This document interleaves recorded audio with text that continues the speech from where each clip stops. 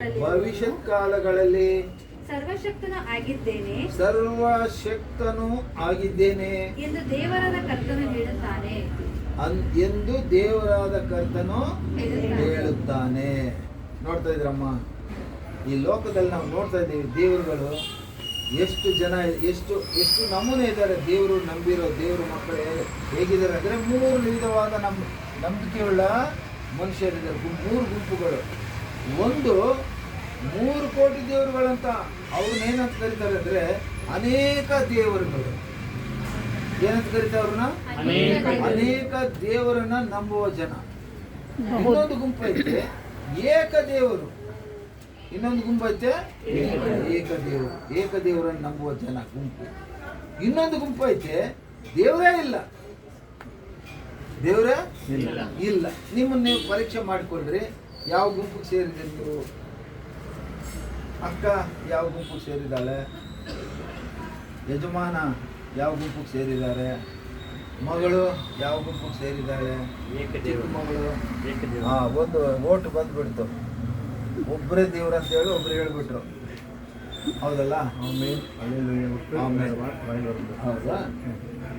ಆಮೇಲೆ ಹೇಳೇನ? ಆಮೇಲೆ ಇನ್ನೊಂದು ಮಾತು ಹೇಳ್ತೇನೆ. ಒಂದು ಅನ್ಯರ ಕುಟುಂಬ, ನಾನು ಹೆಸರು ಹೇಳೋದಲ್ಲ, ಅನ್ಯರ ಕುಟುಂಬ. ಅಲ್ಲಿ ಹೋಗಿ ತಂದೆ ಇದ್ದರಂತೆ, ಮನೆ ಕುಟುಂಬದಲ್ಲಿ ಹೋಗಿ ಯಾರು ಈ ಮನೆಯಲ್ಲಿ ಎಷ್ಟು ದೇವರು ಇದ್ರು ಅಂತ ಕಂಡುಕೊಳ್ಳೋಣ ಅಂತ ಹೋದ್ರಂತೆ. ಹೋಗಿ ಯಜಮಾನ ಅಣ್ಣ ಮಂಜನ್ನ ಕೇಳಿದ್ರು.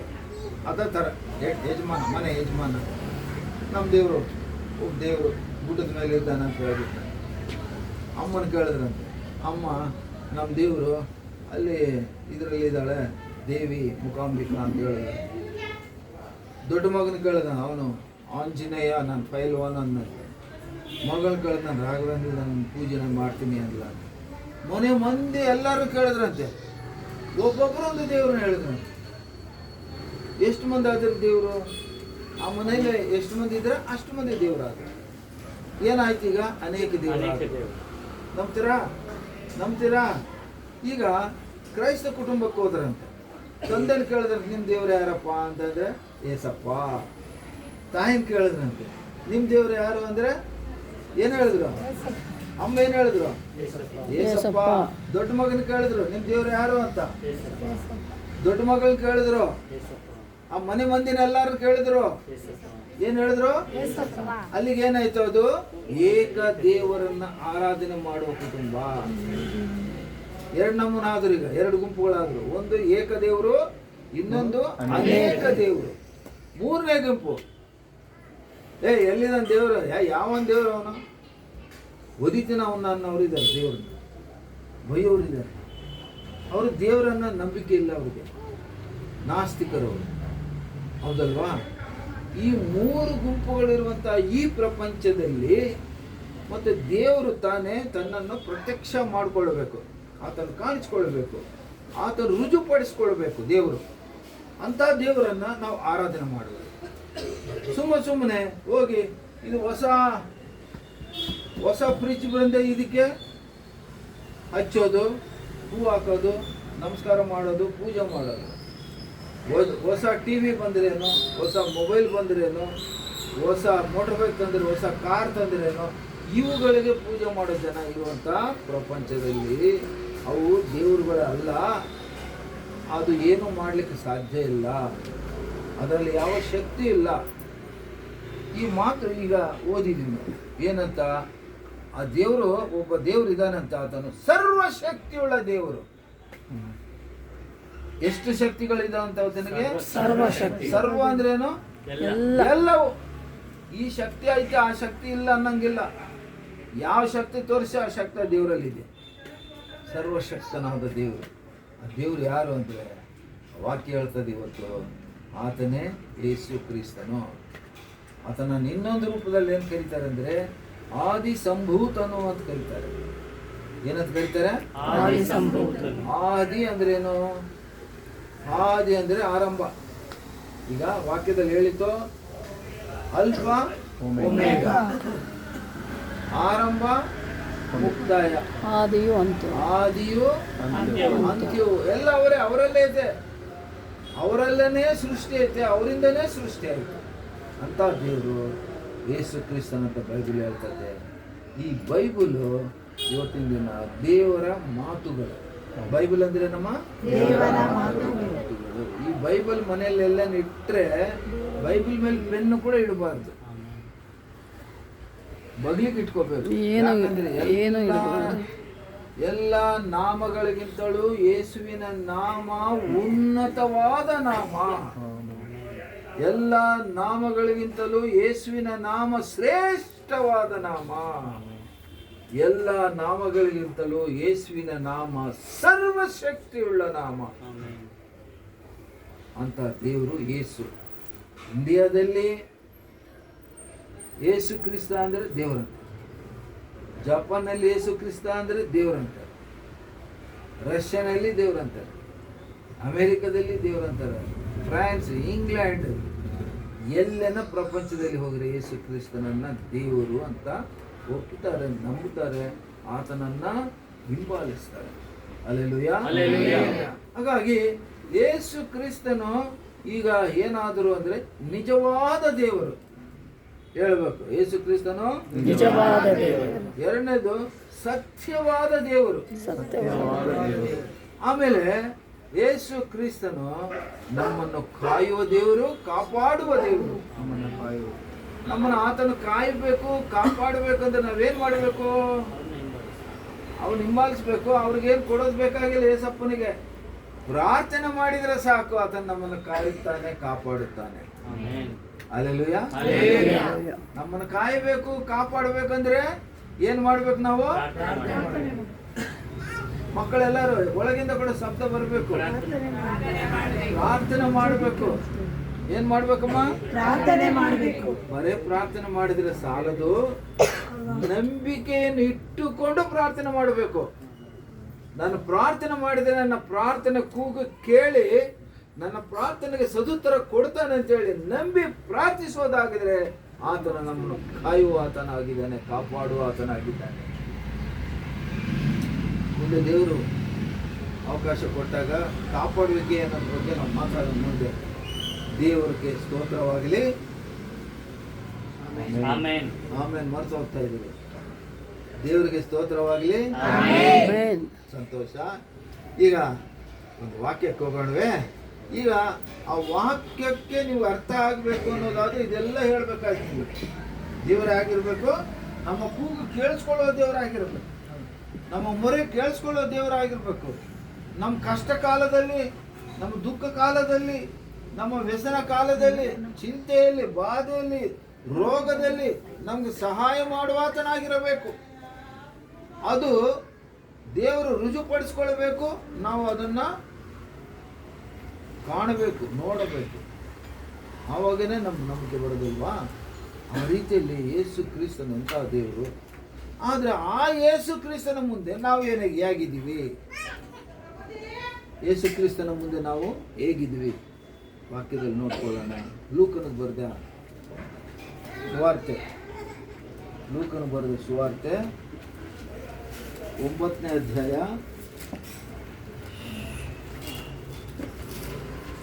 3 ವಚನಗಳು ಓದಿರಿ. ಒಂದೊಂದು ವಚನ ನಾನು ಹೇಳಿ ನಾನು ಮುಗಿಸ್ತೀನಿ.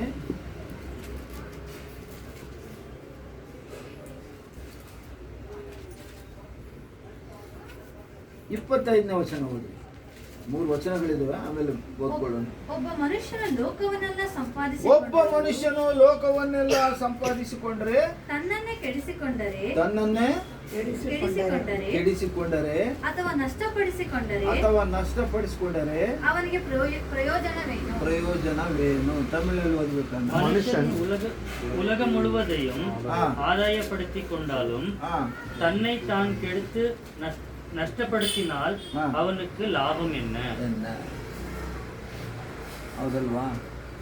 ನನ್ನ ಮನೆಯಲ್ಲಿ ಫ್ರಿಡ್ಜ್ ಐತೆ, ಗ್ರೈಂಡರ್ ಐತೆ, ಸ್ಟವ್ ಐತೆ, ಮಿಕ್ಸಿ ಐತೆ, ಕೂಲರ್ ಐತೆ, AC ಐತೆ, TV ಐತೆ, ಮೊಬೈಲ್ ಐತೆ, ಎಲ್ಲವೂ ಐತೆ. ನನಗೆ ಯೇಸುವಿನ ಅವಸರ ಇಲ್ಲ. ನನಗೆ ಯೇಸುವಿನ ಅವಸರ ಇಲ್ಲ ನನಗೆ. ಅಂದ್ರೆ ಏನು ಅಲ್ಲ ಅರ್ಥ? ಒಬ್ಬ ಮನುಷ್ಯನು ಲೋಕವನ್ನೆಲ್ಲ ಸಂಪಾದಿಸಿಕೊಂಡ. 10 ಎಕರೆ ಜಮೀನಿತ್ತು, ಒಂದೆರಡು ಫ್ಲ್ಯಾಟ್ 25 ಅಂತಸ್ತಿಂದ ಫ್ಲ್ಯಾಟ್ ಕಟ್ಟಿಸ್ಕೊಂಡ, ಒಂದು 5 ಕಾರ್ ಇದ್ವು, ಎಲ್ಲ ಇದ್ವು. ನಮ್ಮ ಜೊತೆಲಿ ತಿರುಗಾಡ್ತಾ ಇದ್ದಾರೆ ಬೆಂಗಳೂರಲ್ಲಿ, ಭಾಳ ಮಂದಿ ನೋಡ್ತಾ ಇದ್ವಿ ಎಂಥ ಕಾರ್ಗಳು. ಆ ಕಾರ್ಗಳಿಗೂ ನಮ್ಮನ್ನು ನಾವೇ ಮರ್ತಾ ಹೋಗ್ಬಿಡ್ತೇವೆ. ನಿನ್ನೆ ಧರ್ಮಪುರಿಗೆ ಹೋಗಿ ಬಂದಿವಿ ಕಾರಲ್ಲಿ, ಆ ಕಾರಲ್ಲಿ ಕುಂತು ಹೋಗಿ ಬಂದೇ ಅನಿಸಿಲ್ಲ. ಎಂಥ ಕಾರು, ಏನೇನೋ ಸಂಪಾದಿಸಿದ್ರು. ಅಂಥವ್ರು ಭಾಳ ಮಂದಿ ಇದ್ದಾರೆ ಸಂಪಾದನೆ ಮಾಡಿದವರು. ನಿಮ್ಮಲ್ಲಿ ಕೂಡ ಸಂಪಾದನೆ ಮಾಡಿದಿರಿ ನೀವೆಲ್ಲರೂ. ಆದರೆ ದೇವರ ವಾಕ್ಯ ಏನು ಹೇಳ್ತದೆ ಅಂದರೆ, ಒಬ್ಬ ಮನುಷ್ಯನು ಲೋಕವನ್ನೆಲ್ಲ ಸಂಪಾದಿಸಿಕೊಂಡು ತನ್ನ ಹೇಳಬೇಕು ತನ್ನ ಪ್ರಾಣ ನಷ್ಟಪಟ್ಟರೆ ಏನು ಲಾಭ? ಏನು ಪ್ರಯೋಜನ? ನಷ್ಟಪಡಿಸಿಕೊಂಡರೆ ಏನು ಪ್ರಯೋಜನ? ಏನು ಪ್ರಯೋಜನ ಹೇಳ್ರಿ. ಮತ್ತೆ ನೀವು ಇಷ್ಟು ದಿನ ಬದುಕಿದ್ದೀರಿ, ಪ್ರಾರ್ಥನೆ ಮಾಡ್ತೀರಿ, ಬಲಹೀನತೆಯಲ್ಲಿ ಬಲವನ್ನು ಕೊಟ್ಟು ಬಲಪಡಿಸುವ ದೇವರು ನಮ್ಮ ದೇವರು ಅಂತೀವಿ. ಸಂತೋಷ. ಏಸಪ್ಪನೇ ನನ್ನ ಕಾಯುವ ದೇವರು, ಕಾಪಾಡ ದೇವರು ಅಂತ ಸಂತೋಷ. ಆದರೆ ನಮ್ಮಲ್ಲಿ ಕೆಲವರು ಇನ್ನೂ ಪರಿಪಕ್ವತ್ವ ಆಗಿಲ್ಲ. ದೇವ್ರ ಮಕ್ಕಳು ಇನ್ನೂ ಪರಿಪಕ್ವತ್ವ ಆಗಿಲ್ಲ. ದೇವ್ರ ಮುಂದೆ ಕೆಲವು ಮಂದಿ ದೇವರ ಚರ್ಚಲ್ಲೇ ರಾಜಕೀಯ ಮಾಡ್ತಾರೆ, ದೇವರ ರಾಜ್ಯದಲ್ಲೇ ರಾಜಕೀಯ ಮಾಡ್ತಾರೆ. ನಾನು ಭಾಳಷ್ಟು ಕಡೆ ಹೇಳಿದ್ದೀನಿ, ಎಲ್ಲಾದರೂ ರಾಜಕೀಯ ಮಾಡು, ನೀನು ದೇವರ ರಾಜ್ಯದಲ್ಲಿ ರಾಜಕೀಯ ಮಾಡಬೇಡ. ಹೌದಂತಿಲ್ಲ ಸರ್? ದೇವರ ಮುಂದೆ ನಕರ ಮಾಡಿದರೆ, ನೀನು ದೇವ್ರ ಮುಂದೆ ನೀನು ಆಟ ಆಡಿದರೆ ದೇವ್ರು ಸುಮ್ಮನೆ ಬಿಡ್ತಾನ? ಒದಿತಾನೆ. ಹಾಗೀಗಲ್ಲ, ಒಂದು ಒದ್ರೆ ಆಕಾಶದಲ್ಲಿ ಮೇಲೆ ಎಗ್ಗಿರ ಕೆಳಗೆ ನೆಗೆದು ಬಿದ್ದು ಸಾಯ್ತೀನಿ. ದೇವರ ಉಗ್ರತೆಗೆ ಗುರಿ ಆಗಬೇಡ. ದೇವರನ್ನು ಕಂಡುಕೋ. ದೇವ್ರು ಯಾರು, ನಿಜ ದೇವರು ಯಾರು ಅಂತ ತಿಳ್ಕೊ. ಹಾಗಾಗಿ ದೇವರು ಇವತ್ತು ತನ್ನೇ ಮಾತಾಡಿದಂಥ ಮಾತುಗಳಿವು. ಈ ಮಾತುಗಳಲ್ಲಿ ಸ್ವಾಮಿ ಹೇಳ್ತಾ ಇದ್ದಾನೆ, ಒಬ್ಬ ಮನುಷ್ಯನು, ದೇವರು ಹೇಳ್ತಾ ಇದ್ದಾನೆ, ಒಂದು ಉದಾಹರಣೆ ಕೊಡ್ತಾ ಇದ್ದಾನೆ. ಒಬ್ಬ ಮನುಷ್ಯನು ಲೋಕವೆಲ್ಲ ಸಂಪಾದಿಸ್ಕೊಂಡಿದ್ದಾನೆ. ಏನು ಸಂಪಾದಿಸ್ಕೊಂಡಿದ್ದಾನೆ? ಏನೇನು ಬೇಕು ಎಲ್ಲ ಇದ್ದಾರೆ ಅವನ ಹತ್ರ. ಆದರೆ ಎಲ್ಲ ಸಂಪಾದಿಸಿಟ್ಟು ನಮ್ಮ ಮನೆ ಬಳ್ಳಾರಿಯಲ್ಲಿ ರೆಡ್ಡಿ, ನೀಲಕಂಠ ರೆಡ್ಡಿ ಅಂತ ರಾಶಿ, ಇಷ್ಟು ರಾಶಿ, 1000 ರೂಪಾಯಿ ನೋಟ್ಗಳದ್ದು ರಾಶಿ ಕೌಂಟಿಂಗ್ ಮಾಡ್ಬೇಕಾದ್ರೆ ಅವನು ಹಾರ್ಟ್ ಪ್ರಾಬ್ಲಮ್ ಬಂತು. ಹೆಲಿಕಾಪ್ಟರ್ ತಂದ್ರೆ ಅವನು ಎತ್ಕೊಂಡು ಬೆಂಗಳೂರು ಬರಬೇಕು ಅಂತ ಹೇಳಿ. ಆದರೆ ಹೆಲಿಕಾಪ್ಟರ್ನಲ್ಲಿ ಅವ್ನು ಕುಂದು ಸತ್ತೋಗ್ಬಿಟ್ಟ. ಆ ನೋಟ್ಗಳು, ಆ ರಾಶಿ ನೋಟ್ಗಳು ಏನಾದವು? ಅವ್ನು ಸಂಪಾದಿಸಿದ ಆಸ್ತಿ ಏನಾಯಿತು?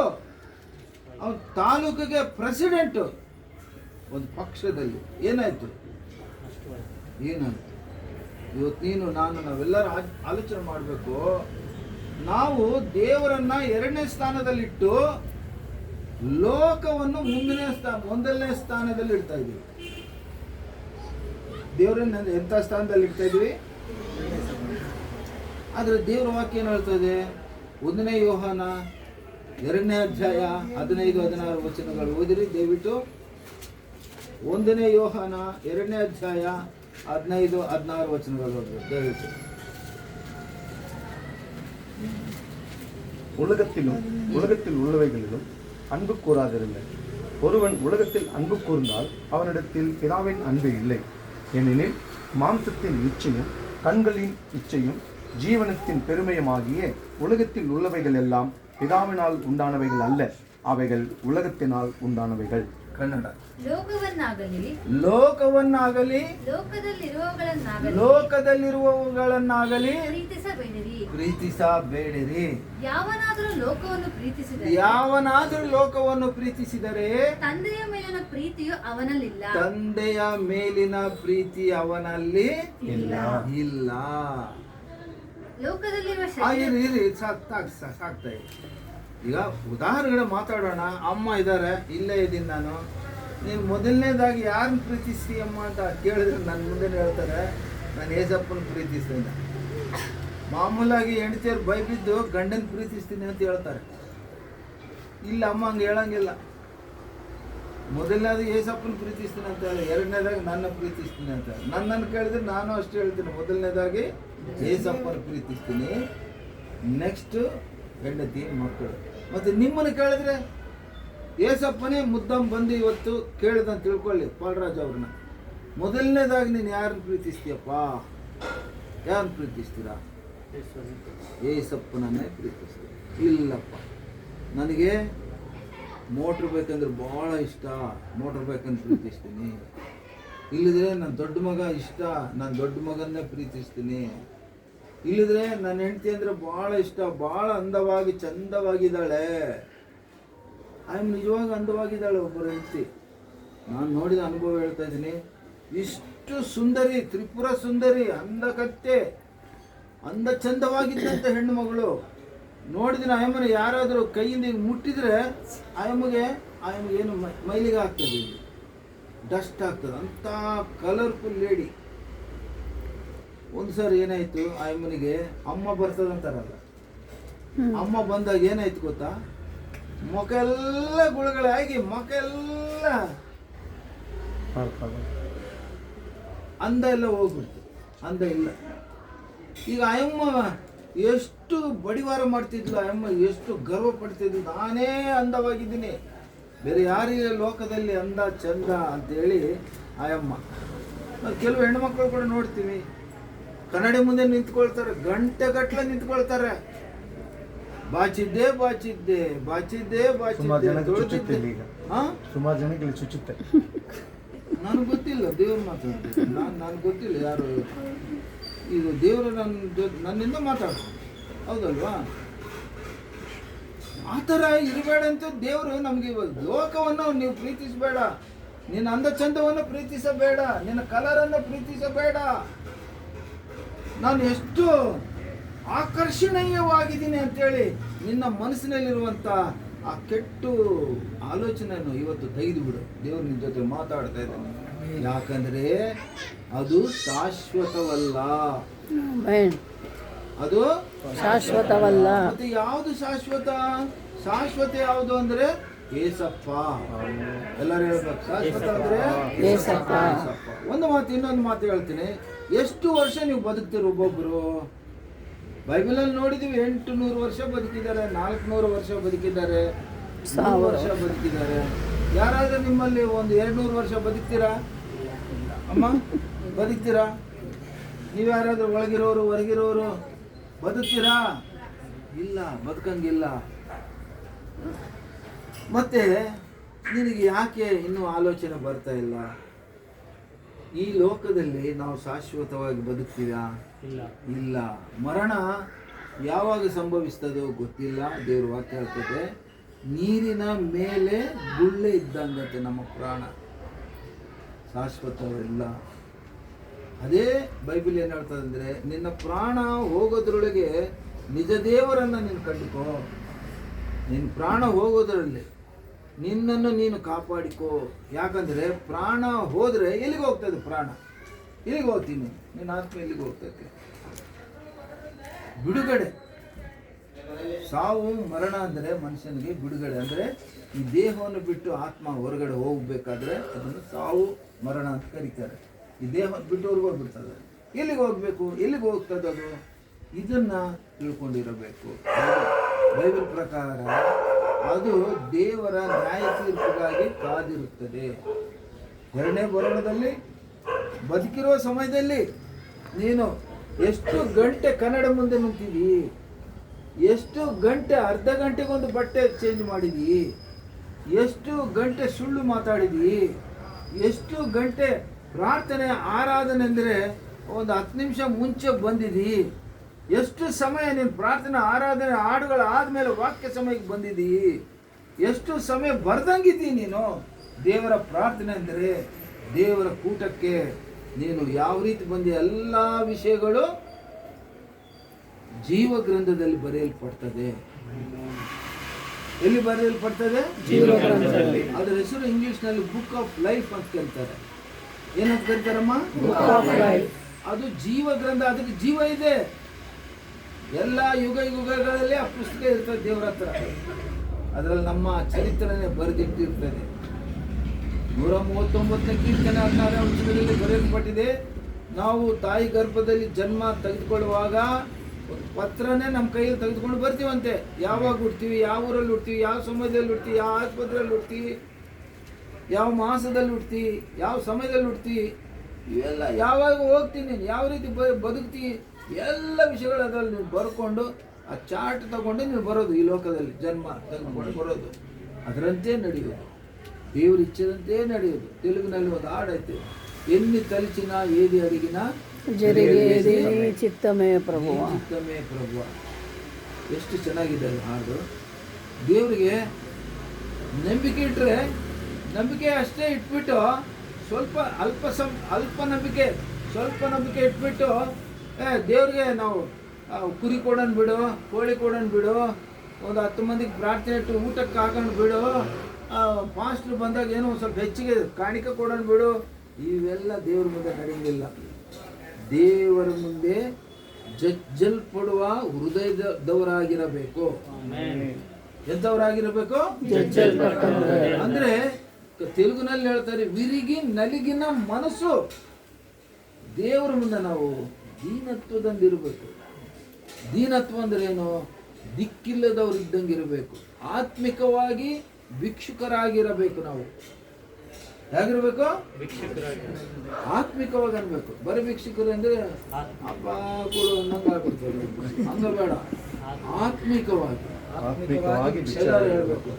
ಆತ್ಮಿಕವಾಗಿ ಅಂದ್ರೆ ದೇವರ ಭಯಭಕ್ತಿಯಲ್ಲಿ, ಏನೂ ಇಲ್ಲದವರಾಗಿ ವೈರಾಗ್ಯದಿಂದ ಇರಬೇಕು ನಾವು ಆತನ ಮುಂದೆ. ನಿಜ ದೇವರು, ಸತ್ಯ ದೇವರು, ಆತನು ಸರ್ವಶಕ್ತನಾದ ದೇವರು. ಆತನ ಮುಂದೆ ನಾವು ಡ್ರಾಮಾ ಮಾಡಬಾರ್ದು, ನಾಟಕ ಮಾಡಬಾರ್ದು, ಆತನ ಮುಂದೆ ಸ್ಟೈಲ್ ಮಾಡಬಾರ್ದು. ಆತನ ಮುಂದೆ ಭಾಳ ಸಿಂಪಲ್ ಆಗಿರಬೇಕು. ಎಸ್ತೇರು ರಾಣಿ ಆಗಿದ್ಲು. ಎಸ್ತೇರು ಹೆಸರು ಬೈಬಲ್ನಲ್ಲಿ ಬರೆಯಲ್ಪಟ್ಟಿತ್ತು. ಬಡ ಹೆಣ್ಣು ಮಗಳು. ಯಾಕೆ ಆಕೆ ಹೆಸರು ಈ ಬೈಬಲ್ನಲ್ಲಿ ಬರೆಯಲ್ಪಟ್ಟಿದಂದ್ರೆ, ಸಾವಿರಾರು ಮಂದಿ ಅಂಧಗತ್ತಿಗಳಿದ್ರಂತೆ, ಅಂದ ಚಂದವಾದ ಹೆಣ್ಣು ಮಕ್ಕಳು ಸ್ತ್ರೀಯರಿದ್ರಂತೆ. ಮಹಾರಾಜ ಅವ್ರನ್ನ ಇಷ್ಟಪಟ್ಟಿಲ್ಲ. ಯಾರನ್ನ ಇಷ್ಟಪಟ್ಟನಂದ್ರೆ ಎಸ್ತೇರ್ ರಾಣಿನ ಇಷ್ಟಪಟ್ಟನು. ಯಾಕೆ ಇಷ್ಟಪಟ್ಟನಂದ್ರೆ ತೆಲುಗಿನಲ್ಲಿ ಬಹಳ ಚೆನ್ನಾಗಿ ಬರೆಯಲ್ಪಟ್ಟಿದೆ, ತಗು ಮಾತ್ರದಲ್ಲಿ ಎಷ್ಟಿರಬೇಕೋ ಅಷ್ಟೇ ಇರಬೇಕು. ತಕ್ಕ ಮಟ್ಟಿಗೆ ತಕ್ಕ ರೀತಿಯಲ್ಲಿ, ತಕ್ಕ ಹಾಗೆ ಅಂದ್ರೆ ದೇವರಿಗೆ ತಕ್ಕ ಹಾಗೆ ಮಕ್ಕಳು ಆ ಥರ ಇರ್ಬೇಕು. ಹೆಣ್ಣು ಮಕ್ಕಳು ದೇವರು ನೋಡಿದಾಗ, ಆಹಾ ನಾನು ಪ್ರಿಯ ಮಗಳೇ, ನನಗೆ ಭಾಳ ಸಂತೋಷ ಆಗ್ತದೆ ಈ ಮಗಳು ನೋಡಿ ಅಂತ ದೇವ್ರಿಗೆ ಸಂತೋಷ ಆಗಬೇಕು. ಒಂದು ಮಾತು ಬೇರೆ ಮತ್ತೆ ಮೂರನೇ ಅಧ್ಯಾಯದಲ್ಲಿ ಬರೆಯಲ್ಪಟ್ಟಿದೆ, ವಚನ ಬೇಡ. ಯೇಸುಸ್ವಾಮಿ ಬ್ಯಾಪ್ಟಿಸಮ್ ತೆಗೆದುಕೊಂಡು ದಂಡಿಗೆ ಬಂದಾಗ ಆಕಾಶ ತೆರೆಯಲ್ಪಟ್ಟು ಒಂದು ಸ್ವರ ಮೇಲಿಂದ ಬಂತು. ಮೊದಲನೇದಾಗಿ ಪರಿಶುದ್ಧಾತ್ಮ ದೇವರು ಯೇಸು ಸ್ವಾಮಿಯನ್ನ ಬಂದು ಅಭಿಷೇಕ ಮಾಡ್ತಾರೆ. ಅದೇ ಅಭಿಷೇಕ ನಿನಗೆ, ನನಗೆ, ನಮ್ಮೆಲ್ಲರಿಗೂ ಕೂಡ ಸಿಕ್ಕಿದೆ. ನಾವು ಬ್ಯಾಪ್ಟಿಸಮ್ ತೆಗೆದುಕೊಂಡಾಗ ನಮ್ಗೆ ಗೊತ್ತಿಲ್ಲ, ಅದು ಪರಿಶುದ್ಧಾತ್ಮ ದೇವರ ಅಭಿಷೇಕ ನಮ್ಮ ಮೇಲೆ ಬಂದಿದೆ. ಒಂದನೇ ವರ ನಮ್ಗೆ ಸಿಕ್ಕಿದೆ. ಎರಡನೇದು, ದೇವರ ಸ್ವರ ಪರಲೋಕದಿಂದ ಕೇಳಿಸಿತು, ಈತನು ನನ್ನ ಪ್ರಿಯ ಕುಮಾರನು, ನನ್ನ ಪ್ರಿಯ ಮಗನು, ಈತನಲ್ಲಿ ನಾನು ಆನಂದಿಸುತ್ತೇನೆ. ವಾಕ್ಯ ಐತೆ. ದೇವರ ಆನಂದ ಪಡ್ತಾ ಇದ್ದ ಯೇಸು ಸ್ವಾಮಿ ಬಗ್ಗೆ. ಈಗ ಯೇಸು ಸ್ವಾಮಿ ನಮ್ಮನ್ನ ಆತನೇನು ಮಾಡಬೇಕು? ಅದೇ ಮಾತು ತಿರುಗಿ ಹೇಳಬೇಕು. ನನ್ನ ಪ್ರಿಯ ಮಗನು ಮಂಜುನಾಥ, ನನ್ನ ಪ್ರಿಯ ಮಗಳು ಆಶಮ್ಮ. ಈ ದಂಪತಿಗಳ ಮೇಲೆ ನನಗೆ ಆನಂದ ಐತೆ, ಸಂತೋಷ ಐತೆ. ಅದೇ ರೀತಿ ಪೌಲ್ರಾಜು, ನಿಮ್ಮ ಅಮ್ಮ ಯಾರು? ಅಮ್ಮ ಬಂದಾರ? ಯಾರಮ್ಮ? ಫ್ಯಾಮಿಲಿ ಬಂದಿದ್ದಾರೆ. ಉಣ್ಣಾರಮ್ಮ, ತರೋದು ಕಾಣಿಸ್ತಲ್ಲಿ ನೋಡ್ತೀನವ್ವ. ಪಾಲ್ರಾಜು, ಅಮ್ಮ ಹೆಸರು ರಬೇಕ. ಮತ್ತೆ ಅದೇ ಹೇಳೋದು ಬಿಟ್ಟು ಸಂತೋಷವಾಗಿ ಹೇಳ್ತಾ ಇದೀವಿ, ನೀನು ನಾಚಿಗಿಲ್ದಂಗೆ ಭಯ ಇಲ್ದಂಗೆ ಹೇಳ್ತಾ ಇದೀವಿ, ಸರಿನಾ? ಏನು ಅಮ್ಮ ಹೆಸರು? ನಿಮ್ಮ ಹೆಂಡತಿ ಈ ಅಮ್ಮ ಹೇಳ್ತಾರೆ. ಆಯಪ್ಪನ ಕೇಳ್ತಾ ಇದ್ದೀನಿ ತಾಯಿ, ಅಮ್ಮಿ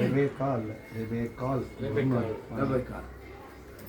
ಈ ಗಂಡ ಹೆಂಡತಿ ಅಂದ್ರೆ ನನ್ಗೆ ಇಷ್ಟ ಅಂತ ಏಸಪ್ಪ ಹೇಳ್ಬೇಕು ಮೊದಲನೇದು. ಆಮೇಲೆ ಸಭೆಯವರು ಹೇಳ್ಬೇಕು, ಎಂತ ಒಳ್ಳೆ ದಂಪತಿಗಳಪ್ಪ ಇವರು. ದೇವರ ಭಯ ಭಕ್ತಿ, ಓವರ್ ಸ್ಟೈಲ್ ಮಾಡೋದಿಲ್ಲ ಇವರು, ಓವರ್ ಮಾತು ಆಡೋದಿಲ್ಲ. ಓವರ್ ಡ್ರಾಮಾ ಆಡೋದಿಲ್ಲ, ಇವರು ಓವರ್ ಮಾತುಗಳು ಆಡೋದಿಲ್ಲ. ನಿಮ್ಮಲ್ಲಿ ಬೇರೆಯವರು ಸರ್ಟಿಫಿಕೇಟ್ ಕೊಡ್ಬೋದು. ನಾನು ಒಳ್ಳೆಯವನು, ನಾನು ಒಳ್ಳೆ ಪಾಸ್ಟರ್, ನಾನು ಹೇಳ್ಕೊಳ್ಬಲ್ಲೆ, ಅದು ಆ ಥರ ಹೇಳೋದು ಒಳ್ಳೇದಲ್ಲ. ನಾನು ಒಳ್ಳೆಯವನು, ನಾನು ಒಳ್ಳೆ ಪಾಸ್ಟರ್ ಅಂತ ಬೇರೆಯವ್ರು ಹೇಳಬೇಕು, ಆವಾಗ ನಾನು ಒಳ್ಳೆಯವನು. ನೀವು ಒಳ್ಳೆ ದಂಪತಿಗಳಂತೇಳಿ, ನೀವು ಒಳ್ಳೆ ದಂಪತಿಗಳಂತೇಳಿ, ನೀವು ಒಳ್ಳೆ ಮಕ್ಕಳಂತೇಳಿ ನೀವೇ ಹೇಳ್ಕೋಬಾರ್ದು. ನೀವು ಒಳ್ಳೆಯವರಂತೇಳಿ ಸಭಿಕರು ಬೇರೆಯವರು ಹೇಳಬೇಕು, ಆವಾಗ ನೀವು ನಿಜವಾಗಿ ಒಳ್ಳೆಯವರಾಗ್ತೀರಿ. ಅದು ದೇವರು ಇವತ್ತಿನ ದಿನ ನಿಮ್ಮ ಜೊತೆ, ನನ್ನ ಜೊತೆ, ನಮ್ಮೆಲ್ಲರ ಜೊತೆ ಮಾತಾಡ್ತಾ ಇದ್ದಾನೆ. ದೇವರಂದರೆ ಭಯ ಭಕ್ತಿ ಇರಬೇಕು. ಅಲ್ಲಲ್ಲಿಯ ಏನಿರಬೇಕು? ಭಯ ಭಕ್ತಿ ಇರಬೇಕು. ಭಯ ಅಂದರೆ ಏನಾದರೂ ತಪ್ಪು ಮಾಡಿದರೆ, ಏನಾದರೂ ಅಪರಾಧ ಮಾಡಿದರೆ, ಏನಾದರೂ ಪಾಪ ಮಾಡಿದರೆ ನರಕನೇ ಸರಿ. ಪಾಪಕ್ಕೆ ಸಂಬಳ ಮರಣ ಅನ್ನೋ ಭಯ ಇರಬೇಕು. ಭಕ್ತಿ ಅಂದರೆ ಯೇಸಪ್ಪನ ಮೇಲೆ ಪ್ರೀತಿ ಇರಬೇಕು. ಈಗ ಭಯದಲ್ಲಿ ಸಾತಾನ್ ನಮ್ಗೆ ಮೋಸ ಮಾಡಿದ್ದಾನೆ. ಸಾತಾನ್ ಏನ್ ಮಾಡಿದ್ದಾನೆ? ಮೋಸ ಮಾಡಿದ್ರು. ದೇವರೇನೋ ಎಲ್ಲ ವಿಷಯಗಳು ಹೇಳಿದ್ದಾನೆ. ಪಾಪ ಅಂದರೆ ಏನೋ ಗಲತಿನಲ್ಲಿ ಶರೀರ ಕಾರ್ಯಗಳು ಬರೆಯಲ್ಪಟ್ಟಿದೆ. 5ನೇ ಅಧ್ಯಾಯ 19ನೇ ವಚನದಲ್ಲಿ ಎಲ್ಲ ಶರೀರ ಕಾರ್ಯಗಳು ಮನೆಗೆ ಹೋಗಿ ನೋಡ್ಕೊಳ್ರಿ. ವ್ಯಭಿಚಾರ ಅಂದರೆ ಪಾಪ, ಅದು ಅಂದರೆ ಪಾಪ, ಇದು ಅಂದರೆ ಪಾಪ ಎಲ್ಲ ಹೇಳಿ ಒಂದು ಮಾತ್ರ ಮುಚ್ಚಿಟ್ಟಿದ್ದಾನೆ ಸೈತಾನ. ಏನು ಮುಚ್ಚಿಟ್ಟಿದ್ದಾನೆ? ಒಂದು ವಿಷಯ ಮುಚ್ಚಿಟ್ಟಿದ್ದಾನೆ. ಅದೇನಪ್ಪ ಅಂತಂದ್ರೆ ನಾನು ಎಂಬ ಅಹಂಕಾರ. ಏನದು? ಅದನ್ನು ಮುಚ್ಚಿಟ್ಬಿಟ್ಟಿದ್ದಾನೆ. ನಮ್ಗೆ ತಿಳಿಯಪಡಿಸೋದಿಲ್ಲ. ನಮ್ಮ ಒಳಗನೇ ಇರ್ತದದು, ಒಳಗನೇ ಇರ್ತದದು, ನಮಗೆ ಗೊತ್ತಾಗಲ್ಲ. ಆದರೆ ನಾನು ನಾನು ನಾನು ನಾನು ಅನ್ನೋ ಅಹಂಕಾರ ನಮ್ಮಲ್ಲಿ ಇರ್ತದೆ. ಎಲ್ಲ ಸಭೆ ಚರ್ಚೆ ಹತ್ರ ಎಲ್ಲ ಮುಂದೆ ಕೂತಿದ್ರಂತೆ, ಮಾತಾಡಿ ಚರ್ಚೆ ಮಾಡ್ಕೊತಿದ್ರಂತೆ. ಅವ್ರು ಯಾರು ಪರ್ಲಕ್ಕೆ ಹೋಗ್ತಾರೆ, ಯಾರು ಪರ್ಲಕ್ಕೆ ಹೋಗ್ತಾರೆ ಅಂತ ಕೇಳ್ತಾ ಇದ್ರಂತೆ ಒಬ್ರನ್ನೊಬ್ರು. ಹಿಂಗಿದ್ದವ್ರು ಹೋಗ್ತಾರೆ, ಹಂಗಿದ್ದವ್ರು ಹೋಗ್ತಾರೆ, ಹಾಗೆ ಹೀಗೆ ಅಂತ ಎಲ್ಲರೂ ಹೇಳ್ಕೊಳ್ತಾ ಇದ್ರಂತೆ. ಅವ್ರಿಗೆ ಸಮಾಧಾನ ಆಗಿಲ್ಲ, ತೃಪ್ತಿ ಸಿಕ್ಕ. ಅಲ್ಲಿ ಆವಾಗಲೇ ಪಾಸ್ಟ್ರು ಬಂದಂತೆ. ಪಾಸ್ಟ್ರೆ ಪರ್ಲೋಕಕ್ಕೆ ಯಾರು ಹೋಗ್ತಾರೆ ಅಂತ ಕೇಳಿದ್ರು. ಪರ್ಲೋಕಕ್ಕೆ ಯಾರು ಹೋಗ್ತಾರಮ್ಮ? ಒಳಗಿರೋರು ಹೇಳ್ಬೇಕು. ಪರ್ಲೋಕಕ್ಕೆ ಯಾರು ಹೋಗ್ತಾರೆ? ಪರಿಶುದ್ಧರು ಹೋಗ್ತಾರೆ. ವೆರಿ ಗುಡ್, ಭಾಳ ಸಂತೋಷ ಮಾತು. ಪಾಸ್ಟ್ರು ಹೇಳಿದ್ನಂತೆ ಯಾರು ಹೋಗ್ತಾರೆ ಪರಲೋಕ ಅಂದರೆ ಎಲ್ಲರಿಗೂ ಸಂಬಂಧಪಟ್ಟ ಮಾತಿದು. ನಾನು ಹೋದರೆ ಹೋಗ್ಬೋದು ಅಂತ ಎಲ್ಲರೂ ಸಿಟ್ಟು ಬಂದ್ಬಿಟ್ಟು, ನಾವೆಲ್ಲ ಪರಿಶುದ್ಧರು ಇಲ್ಲಿದ್ದೀವಿ, ನಾವು ಹೋಗೋದಿಲ್ಲ ಅಂತೆ. ಈ ಪಾಸ್ಟ್ ಒಬ್ಬನೇ ಪರಲೋಕಕ್ಕೆ ಹೋಗ್ತಾನೆ. ಯಾರು ಹೋಗ್ತಾರೆ ಅಂತ ಪರಲೋಕಕ್ಕೆ?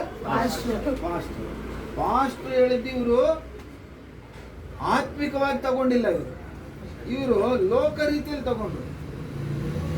ಪಾಸ್ಟ್ ಆತ್ಮಿಕ ರೀತಿಯಲ್ಲಿ ಏನು ಹೇಳಿದ್ರು ಅಂದ್ರೆ ನಾನು